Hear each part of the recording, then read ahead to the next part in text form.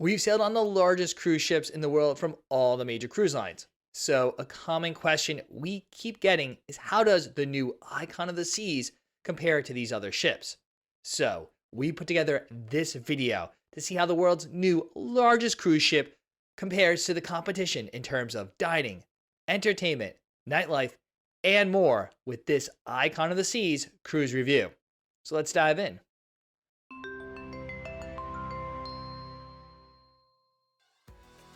Welcome aboard, cruisers. I'm Don B from Eat Sleep Cruise, where we help you see the world one port at a time. Now, Heidi and I have been on over 75 cruises, and we've sailed on the largest cruise ships in the world for all the major cruise lines. So, not just the mega ships in Royal Caribbean's fleet, but the larger ships from cruise lines such as Norwegian Cruise Line, Princess Cruises, Carnival Cruises, Celebrity Cruises. Well, you get the idea. And in this video, we'll compare the brand new Icon of the Seas to see how that ship stacks up to the competition. And when we first stepped on board Icon of the Seas, we quickly realized that this ship was not just an enhancement of the Oasis class ships. The vessel does share several layout features found on the previous record-breaking class of ships from Royal Caribbean, yet Icon of the Seas has a unique personality all her own. And in this review, we'll let you know where Icon of the Seas shined and where we think the cruise line dropped the ball. We were on the inaugural cruise, which had about 5,500 passengers, which basically put the ship at double occupancy. And of course, with megaships, the one thing individuals worry about is crowding. That's one big knock we have on the Prima class, Norwegian Cruise Line's newest class of megaships, as the venues are just too small for the amount of passengers on that particular ship. And we had similar concerns that Icon of the Seas might actually have the same crowding issues as that other class of ship. Of course, there are bound to be busy areas on any cruise ship, but Icon of the Seas disperse the crowds even better than we imagined. Of course, that might differ when there are another 1,500 passengers on board, because the ship can actually hold somewhere over 7,200 passengers when all the upper berths are filled. We suspect there will not be a significant issue like other cruise ships from competitor brands. Another improvement Icon of the Seas has over other mega ships is the enhanced neighborhood concept, with these areas designed to be inhabitable all day. And this really eases some of the pain points you might expect on a cruise ship with so many passengers. Of course, Royal Caribbean is the first one to introduce neighborhoods on the Oasis class, and there are some other cruise lines that have tried a similar approach, having zones on their mega ships. But Icon of the Seas neighborhoods provide even more amenities, including options for food and drinks, allowing cruisers to spend an entire day in one of the distinct areas of the ship without having to leave for any reason. Given each of these neighborhoods does have a very distinct ambiance and vibe, so cruisers can gravitate towards whatever neighborhood fits their mood on any given day. Now for us, we love to explore the ship, so we were all over the place almost every single day. Now speaking of those neighborhoods, the one neighborhood to get an extensive upgrade is the pool deck. This new cruise ship boasts 7 pools, all with their own unique vibe and design. These 7 pools are scattered around the ship, but many of them are found on decks 15, 16, and 17, comprising what you would typically think of as a pool deck on an Oasis class vessel. The most popular pool in our sailing, at least for adults, was the Hideaway on deck 15. The Hideaway is one of the 8 neighborhoods on Icon of the Seas.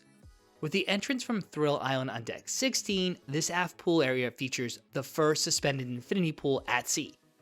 Even though the pool didn't officially open most days until either 9 or 10 a.m., many of the sun loungers on the terrace sun deck were claimed by early morning. Like any cruise ship, the aft is the most desirable location, so spending a day at sea with a drink from the Hideaway bar with some wake views, well, that makes for a pretty relaxing sea day. 4 additional pools open to all cruisers are located in the center of the ship in the Chill Island neighborhood. The Cloud 17 pool is on deck 17 and is located forward on the starboard side and offers plenty of padded loungers and a small infinity pool. The deck 16 swim and tonic was another popular spot, and it's Royal Caribbean's first swim-up bar at sea, and it does have a specialty menu. Still, we were able to grab drinks one afternoon without much hassle. Here, cruisers can relax in the pool or one of the in-pool loungers, which actually this ship has a ton of. There's also the secluded Cove pool on deck 15 for those seeking a little shade. Once again, this infinity pool is surrounded by numerous seating options in the shade, along with some bright and funky furniture lining the port side of this deck. Other pools include the record-breaking Royal Bay pool. Given its large footprint, 2 whirlpools, and several pool loungers, this popular pool never felt overwhelmed with cruisers. Guests staying in a suite have access to a private pool in the Grove on deck 18 forward. Families with little kids will have the Surfside neighborhood on deck 7 all to themselves. Aft on this deck is the Splashaway Bay, which is designed for kids 6 years or younger. It's a popular water feature on many Royal Caribbean cruise ships. And honestly, this Splashaway Bay looked exactly like the Splashaway Bays you'd find on the Oasis class or the Freedom class of ships. For the adults in the Surfside neighborhood, there's the Water's Edge pool, which is right behind the splash pad. This pool offers amazing aft views for you to enjoy while your little ones enjoy their own water playground. Finding a spot in one of these pools was never an issue on our sailing. In fact, we were really surprised at how many loungers were still available by noontime on a sea day. So overall, the pool deck on Icon of the Seas functioned better than almost any megaship we've ever sailed on. Like many aspects of Icon of the Seas, Royal Caribbean took its typical sports deck to new heights. The newly themed Thrill Island includes many staples found on other ships in the fleet, along with some firsts at sea. Of course, there's your typical sports court suspended above deck 16. This unique design opens up the aft of the ship, enabling more public venues and improving passenger flow. Below the court on the port side is the Lost Dunes mini golf. This intricately themed mini golf is complimentary and was open most of the day. We gave the course a test match and had a fun afternoon putting around, but we don't have to mention who won. Adrenaline Peak is the rock climbing wall on the ship. It's in a different location from the Oasis class. Actually, the design and layout of this rock climbing wall reminded us more of the Quantum class of ships. Of course, it wouldn't be a Royal Caribbean cruise ship without a flow rider. Tucked away on the starboard side, this surf simulator faces inward towards the ship. On most vessels in the fleet, the flow rider actually is outward facing towards the ocean. Though the highlights of Thrill Island are the 2 new attractions. The Crown's Edge is Royal Caribbean's attempt at a ropes course on one of its ships. This upcharge activity is set to a theme where adventurers need to escape from Thrill Island. The big draw is when the floor drops from beneath you and you zip line over the edge of the ship. While it's fun, other cruise lines offer more intricate courses with more exhilarating experiences, in our opinion, for free, such as the ropes course on Norwegian Escape, or even honestly the ropes course on some Carnival Cruise Line ships. Lastly, the crown jewel of the sports deck is the Category 6 water park. Of course, I had to test out all the slides for this Icon of the Seas video review. With the cruise line positioning Icon as the best of every vacation, the complimentary water park is certainly a direct competitor to theme parks on land. With 5 unique attractions, these slides are undoubtedly the best at sea. They have plenty of re-rideability. But for those who don't want to bother with the water slides, thankfully Category 6 is separate from the pools. So cruisers wanting a more relaxing pool day don't have to worry about this attraction, unlike other ships where the water slides are usually right next to the other pools on the deck. During our cruise, the water slides had small lines, but the cruise line claims that it can process 1,500 passengers in about an hour. So you shouldn't be waiting all day, even during summer vacation, to experience the best water park at sea. If you're looking for the biggest thrill, I suggest you head straight for the Frightening Bolt, the tallest drop slide at sea. Royal Caribbean boasts that there are over 40 ways to eat and drink on Icon of the Seas. Of course, we made sure to try all the restaurants during our sailing. And if you're looking for a detailed look at all the dining, check out our video right here on YouTube, where we eat and drink everything on Icon of the Seas. But we can just give you a little taste of what that video is like in this review. Along with the new concepts, there are many returning favorites. When it comes to casual eats, El Loco Fresh still serves up Tex-Mex nachos, burritos, and tacos on the pool deck, till around 8 p.m. Likewise, Park Cafe in Central Park still features breakfast sandwiches, a bagel bar, salad bar, and, thankfully for me, the Royal Kimwiki sandwich. This casual restaurant has a new upscale look and feel with comfy seating, making it more like a trendy cafe than a cruise ship quick service restaurant. What's new is the Park Cafe now offers tapas in the evenings like mini meatballs and meat and cheese plates. Icon of the Seas upgraded its 24-hour dining spot to the new Pearl Cafe.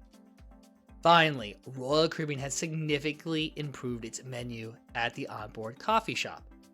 The new steak and cheese breakfast sandwich and the barbecue chicken biscuit were vast improvements over the small bites typically found at the Cafe Promenade on other Royal Caribbean ships. And while we like this menu far better than other Royal Caribbean ships, we would still probably say that the International Cafe on Princess Cruises' Royal class of ships is the best 24-hour cafe across the major cruise lines. Taking a nod from Virgin Voyages, the Pearl Cafe also features new grab-and-go items, so you don't have to wait in line to get something from the pastry case or one of the warm sandwiches. You can grab a pre-made salad, fruit cup, or sandwiches and just head out for the day. The Pearl Cafe still serves Starbucks coffee, which is included in the Royal Caribbean drink package or the Cafe Select coffee card. The licensed Starbucks location, which is actually down one deck in the Royal Promenade on deck 5, is not included in the drink package. Not to mention the overall vibe of Pearl Cafe is just much different than the cafe promenades you find on other ships. The area is open with floor-to-ceiling ocean views, comfy seating options, and plenty of outlets. So cruisers can relax or do a little work while enjoying some coffee and snacks throughout the day. Another new dining venue is the base camp on deck 16. Some of the quick bites here at this Thrill Island location are complimentary, like pretzel bites, tater tots, or a hot dog. But the menu also has upcharge items, like the waffle chicken nuggets for $7 and a shrimp bao bun for $8. While we did sample those during the 3-day preview cruise, we're not really sure if they're worth the upcharge. But our favorite addition to the dining lineup on Icon of the Seas is the Aquadome Market.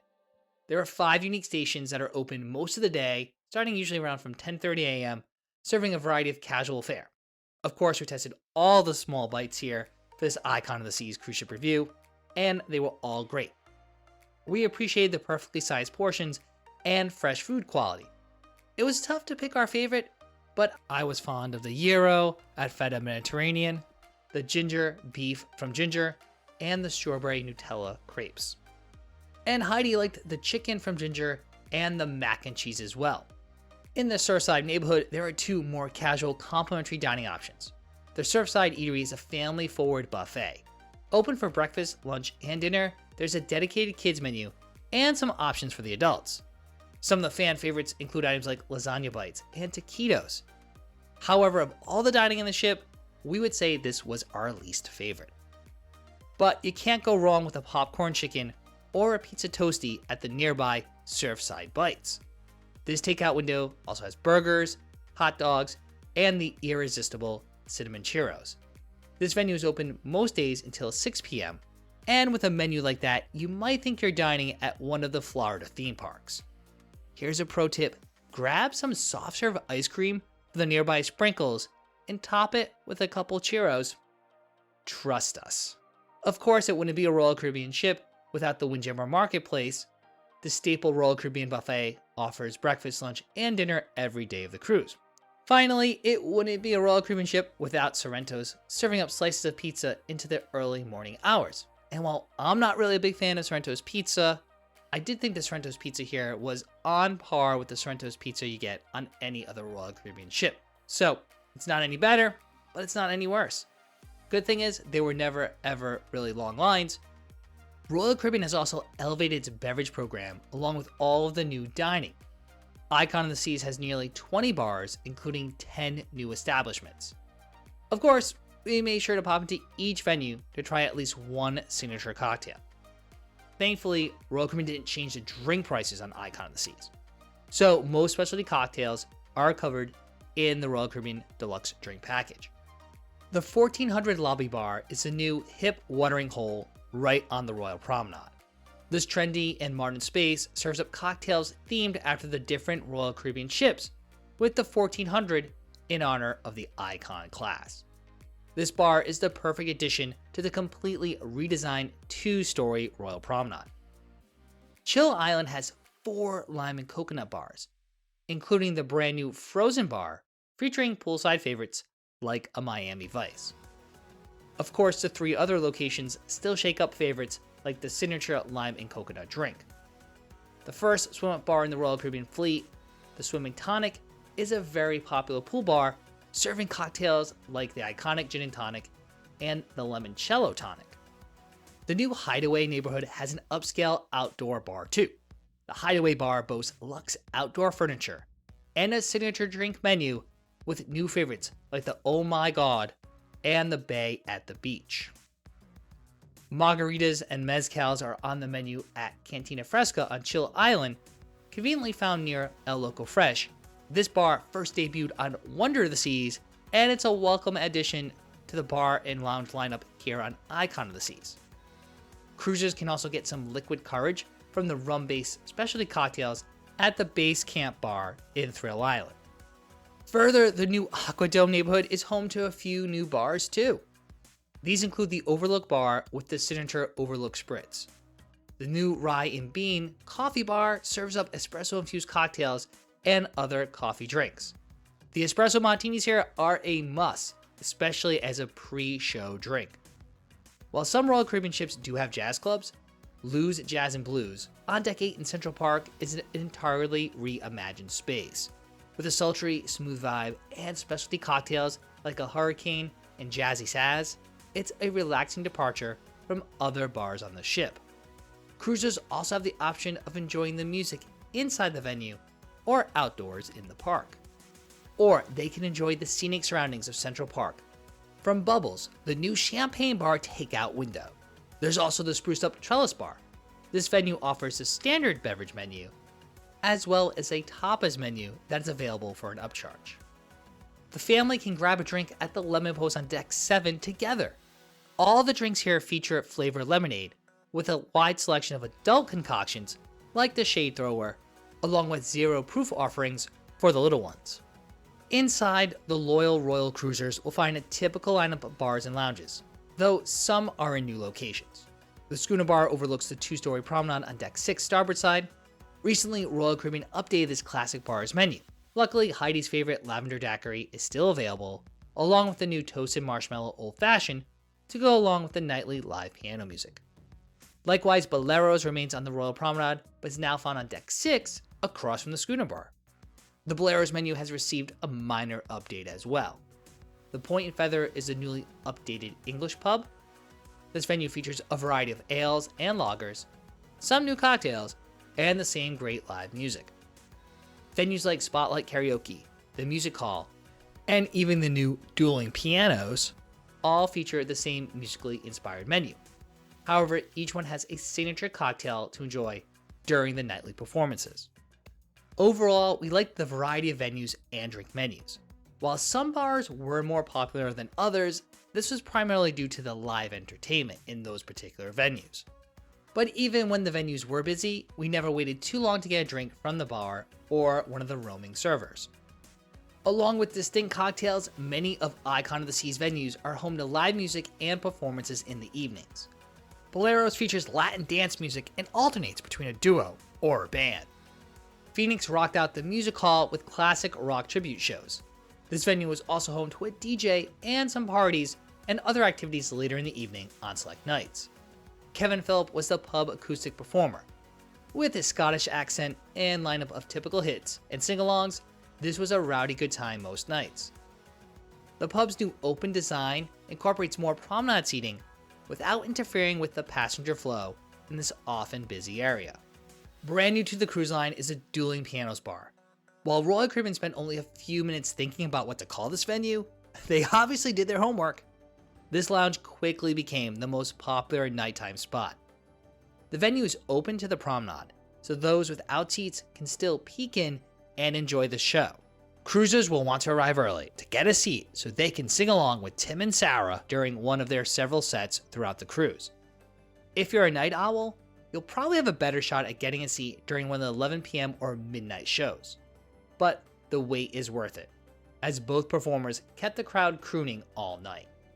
Despite the addition of dueling pianos, the Schooner Bar is still home to classic piano music, and DC offered relatively standard renditions each evening. While new, we were surprised that the Jazz Club was never all that busy, even though it had some great cocktails and live band music. Out in Central Park, there were often live music in the evenings as well. With either strings or an acoustic guitar, these soothing tunes provide a lovely backdrop as cruisers enjoyed the surroundings with a drink and good company. The attic has been newly relocated to the second floor of the Royal Promenade and featured comedy shows on most nights of the cruise.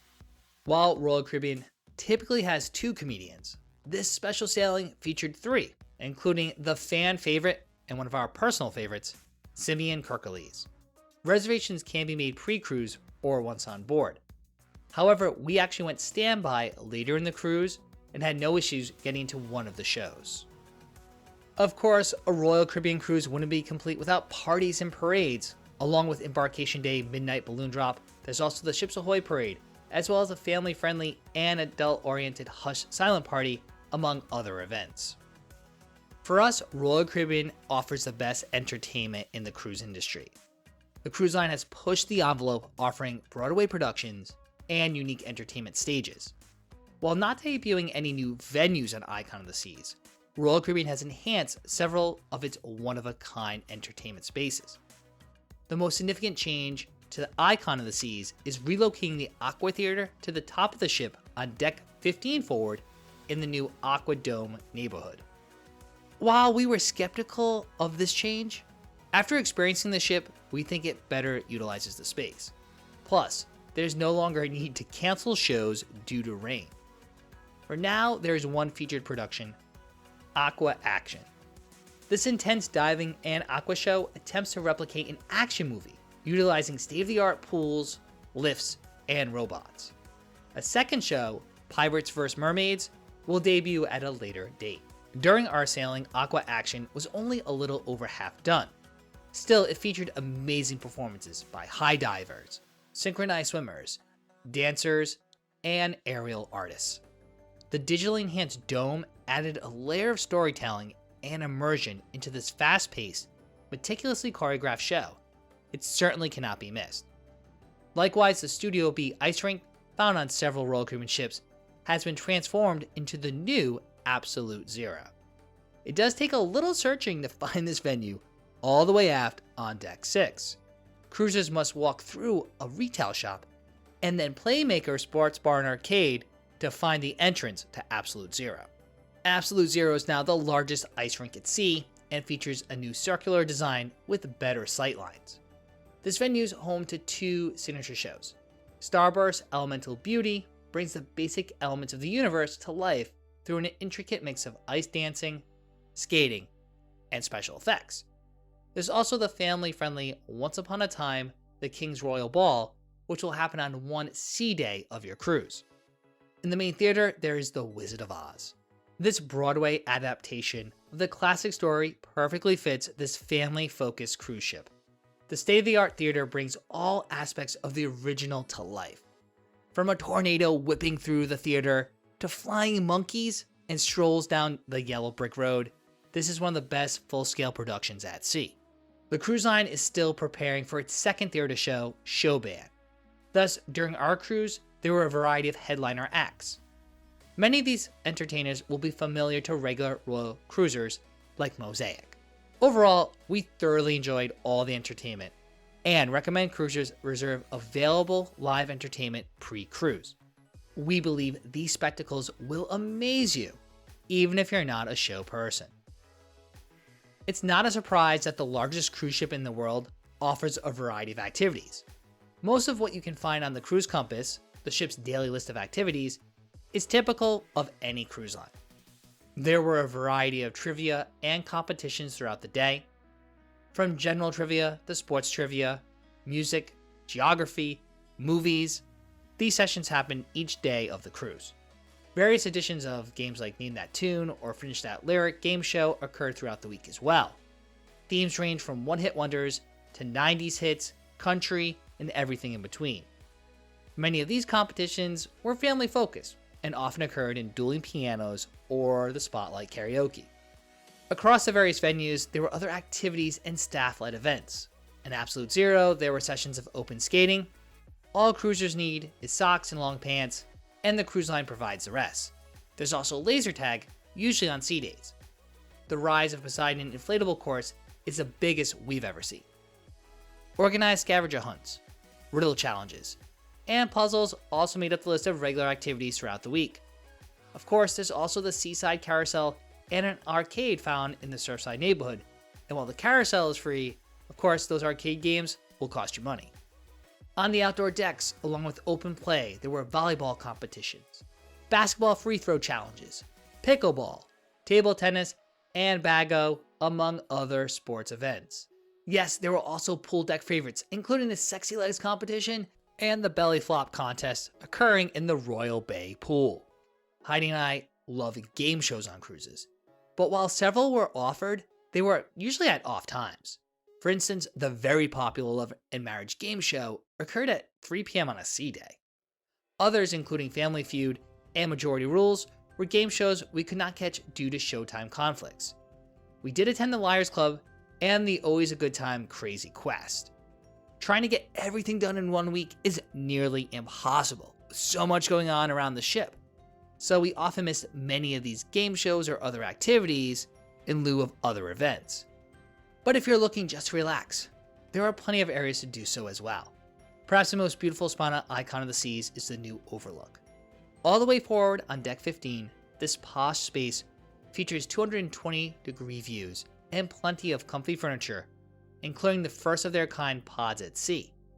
It's a great place to chill with a book or a drink any time of day, or dare I say, a great place to check your email and if you have to, do a little work. The main dining room is one area Royal Caribbean didn't change much on Icon of the Seas. The 3-story main dining room is on decks 3 through 5 aft. From layout to decor and menu, the dining room felt like any Royal Caribbean megaship. The dining room featured daily breakfast and lunch on 2 of the sea days. A relatively new offering in the main dining room is a sea day brunch on the first sea day, which for our cruise was day 2. The menu isn't just a mix of lunch and breakfast. It offers unique dishes that cruisers can enjoy from 8:30 a.m. to noon. For dinner, the main dining room did offer the new themed menus. Since our last Royal Caribbean cruise, these menus have been slightly tweaked. For instance, the cheese plate is back on the menu. We ate at the MDR a total of 3 evenings. During the first formal night, there was a special menu, which was a slightly altered version of the Taste of France menu. We also dined at the MDR on the Taste of Italy and the Bon Voyage nights. Overall, food quality is what we have come to expect from the Royal Caribbean main dining room. My New York strip was cooked medium rare and well seasoned. It was actually one of the best steaks in any main dining room. Likewise, I enjoyed the braised lamb on the final night, and Heidi always enjoys the turkey dinner, which is also on the last night of the cruise. The food was always delivered well plated and at the appropriate temperatures. Even though we had my time dining, we did get the same wait staff on those 3 evenings. And the service from our waitress Lena was on point as well. We were in and out of dinner in about 75 minutes each evening, enjoying all 3 courses. However, there's one new restriction.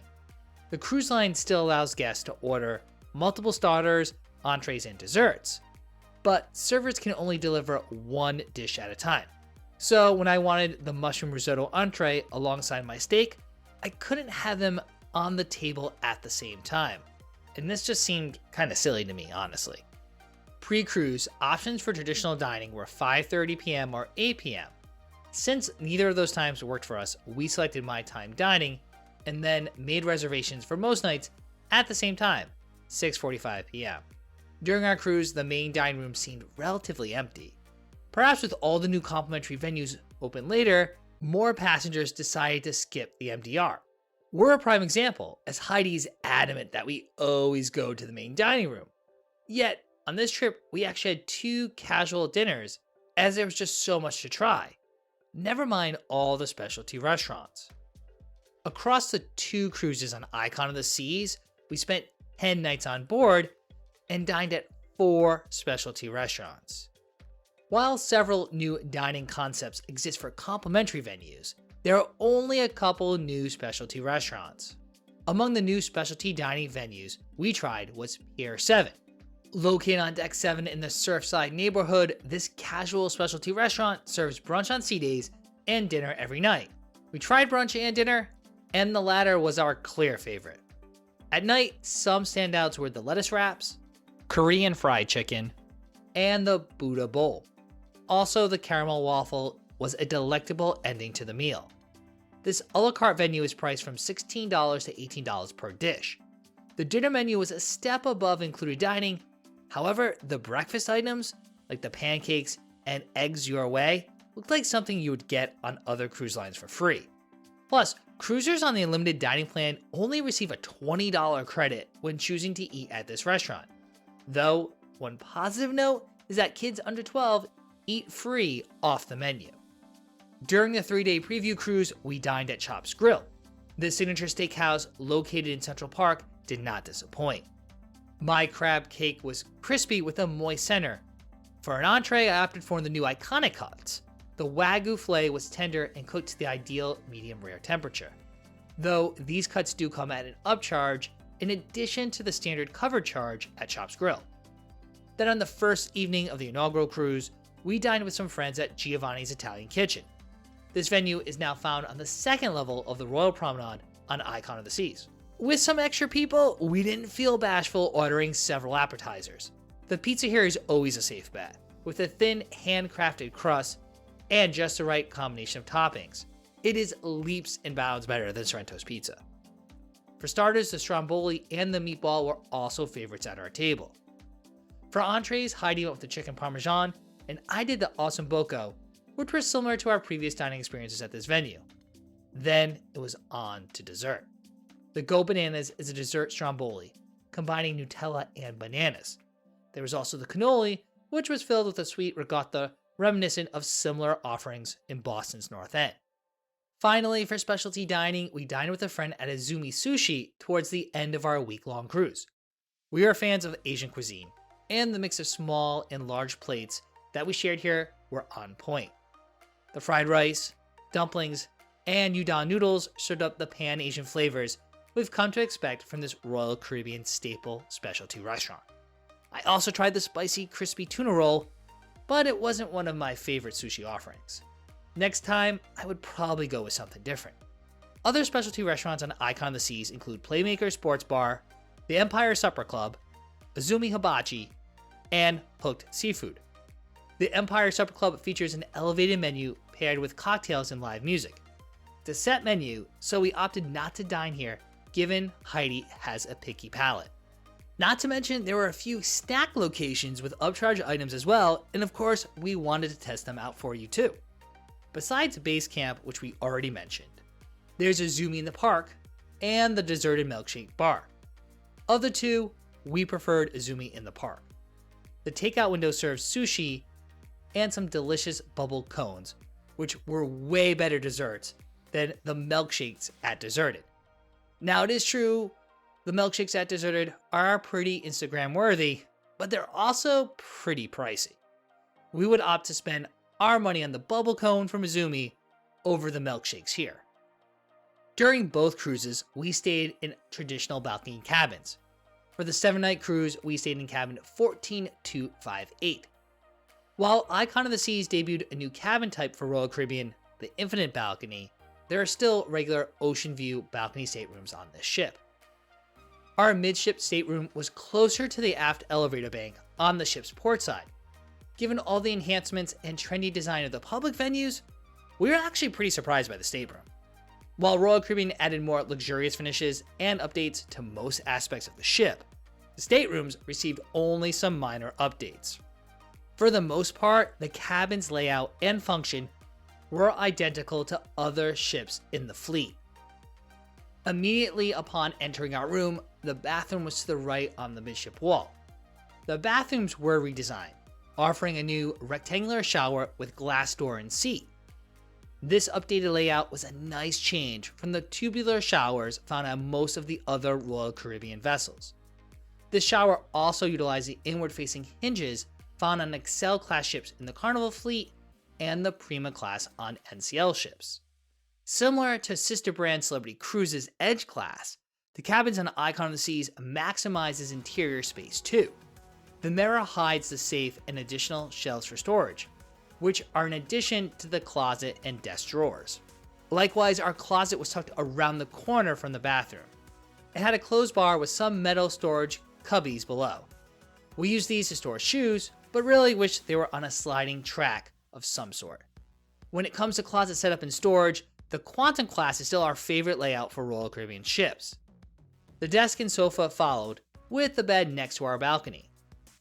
Once again, the desk and sofa were pretty typical. One nice added feature in the cabins on Icon of the Seas were the power outlets. There were the most outlets spread throughout the cabin that we've seen on any cruise ship cabin. There was the usual lineup of power options on the desk, along with 2 additional USB-C ports. There was also a USB port on each side of the bed, and one of them also had a power outlet. Additionally, the cruise line added some small shelves and more USB outlets tucked around the corner from the desk. This was the perfect place to store electronics and served as my charging station throughout the week. We were pleasantly surprised with the balcony size. While some cruise lines have reduced their balcony sizes on newer ships, this one was deeper than expected. The 2 chairs, small table, and ottomans made it the perfect place to do a little work in the afternoon or to watch our sail away from ports of call.